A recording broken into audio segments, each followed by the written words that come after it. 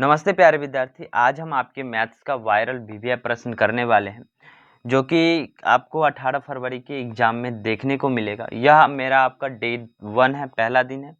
यह अभी से लेके आपके एग्जाम तक चलता रहेगा, जिसमें कि 10 से 15 प्रश्न रोज आपको देखने को मिलेगा। यानी कि यदि अभी से आप 15 दिन तक देख लेते हो तो आपके एग्जाम में मानो अभी से लेके 30 नंबर जरूर बढ़ जाएगा। यानी कि यदि 60 नंबर अभी आता होगा तो मात्र 15 दिन में आपका 90 नंबर हो जाएगा। यदि किसी बच्चे का 40 नंबर आता होगा तो वो अगले 15 दिन यदि मेरे साथ जुड़ के पढ़ता है तो 60 से 70 नंबर वो भी ले आएगा मैथ्स जैसे सब्जेक्ट में। तो शुरुआत करते हैं हम सबसे पहले अपना पहला प्रश्न से। प्रश्न है कि बिंदु पी क्यू आर से बने त्रिभुज का क्षेत्रफल निकालिए। यह सवाल देख के बहुत सारे बच्चे छोड़ देते हैं, बहुत सारे बच्चे घबरा जाते हैं या फिर बहुत सारे बच्चे बनाते भी हैं तो 2 से 3 मिनट का समय लगा देते हैं। लेकिन मैं आपको बहुत आसानी से समझाता हूँ। देखो यहाँ पे 3 बिंदु दिए हुआ है पी क्यू आर। अब क्या करना है कि इन तीनों बिंदुओं में से किसी एक को जीरो करने का सोचना है। किसी एक को जीरो करना है। जैसे मैं मानूं कि बिंदु P को जीरो करूंगा तो ये जीरो, एक पॉइंट तो जीरो है ही, एक को जीरो करना है तो इसमें से -3 कर देंगे। यदि इसमें से -3 कर देंगे तो यह 0,0 मिलेगा, 0 मिलेगा। अब यही प्रक्रिया सब में करना है, यानी कि सब में से 3 को माइनस करना है। इसमें से 3 माइनस करेंगे तो ये हो जाएगा 4,0। अब इसमें से 3 को माइनस करेंगे तो ये हो जाएगा 5,4। 4 हो गया, ये 0 हो गया, इससे हमें कोई मतलब नहीं है। ये 0 हो गया तो इससे कोई मतलब नहीं। अब आप क्या करो कि ये बाहर है और इधर में ये भी बाहर है, तो इन दोनों का आप गुना करो, यानी कि 4 गुने 4 बराबर होगा 16 के। ठीक है, और इसका गुना करो तो 0 गुने 5 बराबर होगा 0। अब इन दोनों को जोड़ दो तो 16 प्लस 0 बराबर होगा 16 का, और इसके बट्टे में 2 लगा दो, यानी कि 16/2 बराबर का 8। यानी कि इसका जो आंसर आएगा वो 8 आएगा।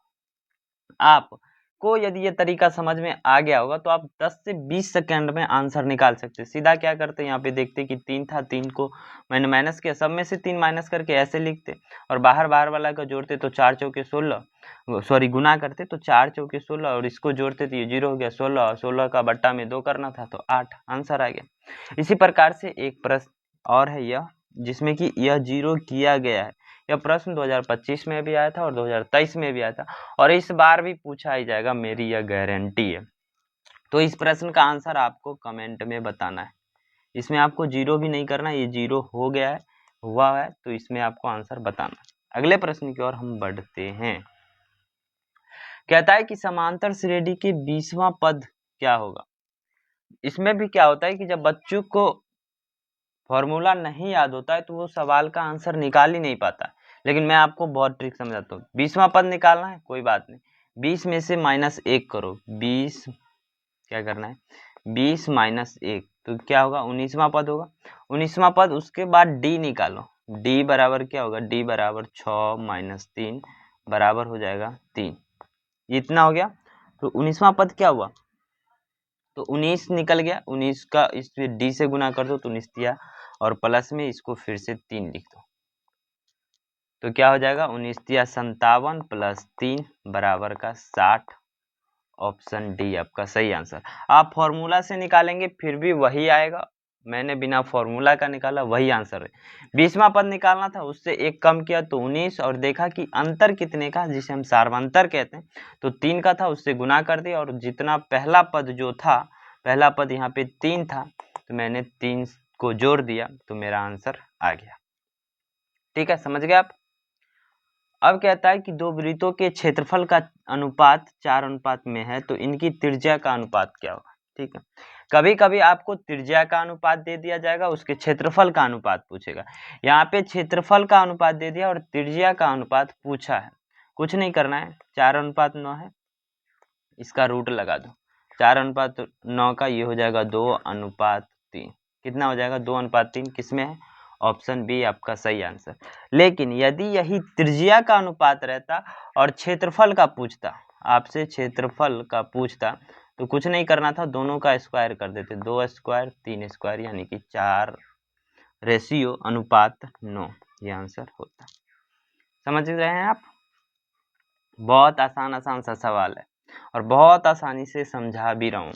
इसमें कहता है 20 और 30 का लॉसो क्या होगा, यानी कि सॉरी हाँ लॉसो ही है, एलसीएम क्या होगा। तो बहुत सारे बच्चे जानते होंगे 20 और 30 का एलसीएम निकालना, या फिर किसी भी शब्द का आप एलसीएम निकाल सकते हैं। 20, 30 लिया, इसमें भाग दो। एक बार में देखा कि मैं 10 से लग सकता है, 10 से ही दे दिया। 10 दूनी 20 और 10 तिहाई 30, तो 10 दूनी 20 और 20 तिहाई 60, कितना होगा 10 गुने 2 20 और 30, ये हो जाएगा 60, यानी कि ऑप्शन सी आपका सही आंसर होगा। आगे की प्रश्नों को और बढ़ते हैं।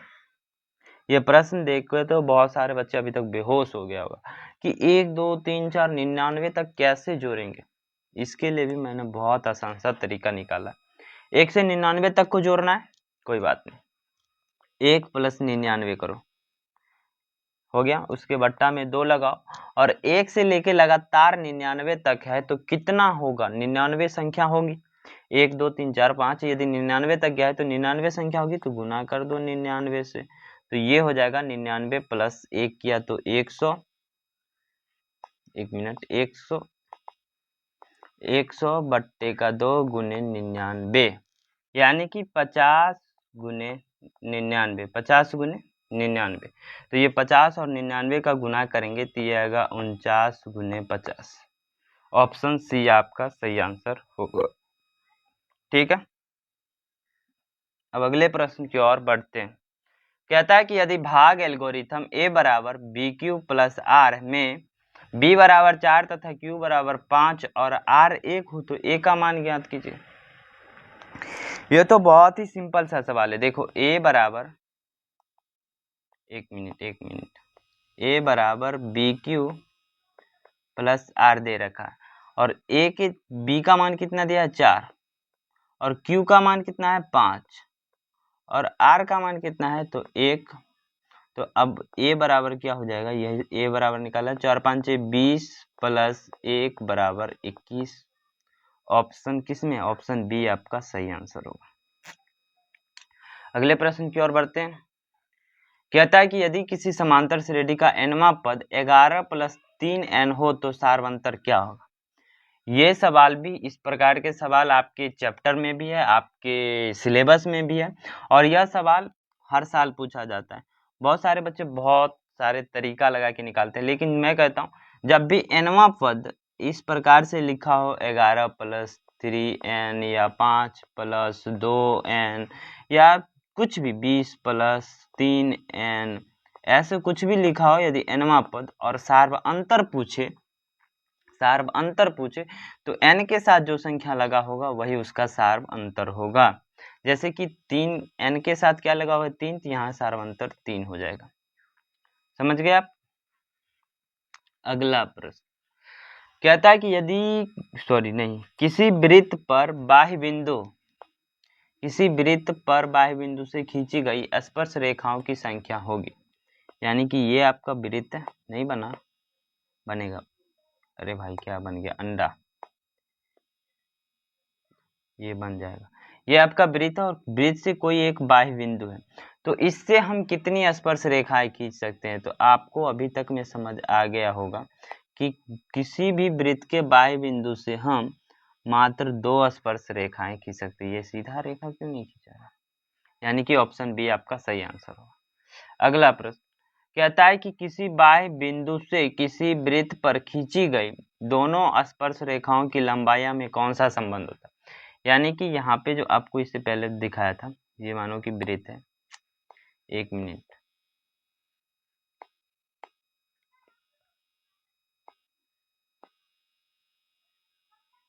ये वृत्त है और इससे एक यहाँ से और एक यहाँ से एक बाह्य बिंदु खींचा गया। तो पूछता है कि इस दोनों में क्या संबंध है। तो आपसे जब भी पूछे कि वृत्त के बाह्य बिंदु से खींची गई दोनों स्पर्श रेखाओं की लंबाई में क्या संबंध है, तो ये दोनों आपस में समान होते हैं। क्या होता है, तो ये दोनों आपस में समान होते हैं। अब आया ये ट्रिग्नोमेट्री का सवाल, त्रिकोणमिति का सवाल। कहता है कि 1 + tan square into 1 - sin square theta बराबर, तो 1 + tan स्क्वायर थीटा को हम लिख सकते हैं सेक स्क्वायर थीटा। कैसे लिखेंगे तो वो आपने त्रिकोणमिति का सर्वसमीका पढ़ा होगा। और 1 माइनस साइन स्क्वायर थीटा को हम लिख सकते हैं कॉस स्क्वायर थीटा। अब यहाँ से सेक स्क्वायर थीटा को 1 बाय, ये प्लस नहीं है, यहाँ पे ये प्लस नहीं है, यहाँ पे ये ऐसे गुना में होगा, ठीक है। तो सेक स्क्वायर थीटा को हम लिख सकते हैं 1 by cos square theta into cos square theta. तो ये और ये कट गया, ये भी कट गया और ये भी कट गया, तो क्या बच जाएगा 1, यानी कि ऑप्शन डी आपका सही आंसर होगा, ठीक है। यह प्रश्न 2014 में पूछा गया और बहुत शानदार प्रश्न है। देखो 1 प्लस टेन स्क्वायर थीटा यहाँ भी था और यहाँ भी 1 प्लस टेन स्क्वायर थीटा है। तो 1 प्लस टेन स्क्वायर थीटा को हम क्या लिख सकते हैं, sec square theta, sec square theta लिख सकते हैं।